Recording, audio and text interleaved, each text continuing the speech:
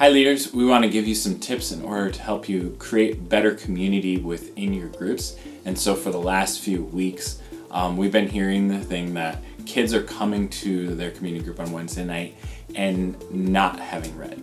And so how do you lead a community group, a small group discussion, when the kids themselves have not read? And so we want to give you some tips and pointers on how to prepare yourself ahead of time for a group when kids haven't read the Bible.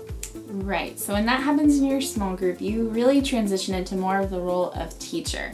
And so we want all of our kids to be progressing through the same content together. And so if they're not doing that on their own, then we have to do it as a group. And so come ready for your group with some verses that stuck out to you that really embody the concept from the week. And so you're not going to read the whole passage together as a group from each day, but you might read one verse from each day that really sums it up.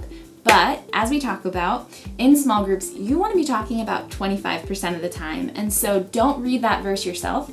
Instead, ask one of your students to look it up and read it out loud to the group. Then ask the group what they think that verse means. Have them say it in their own words. And once they land on a meaning of the verse, ask them what they need to do in their life so that their life looks like what that verse says. How can they practically apply it?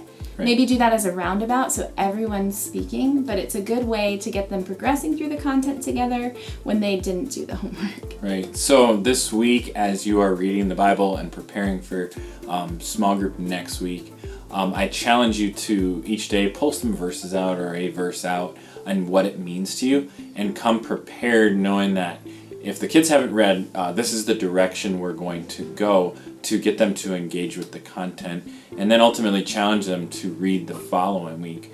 Because we never want it to be uncomfortable for the kid who maybe it's their first time, or they haven't read where they feel as if they don't belong, but we want to challenge them that we value the word this much, that it's that important in our lives that we are going to read it and we're going to prepare ahead of time.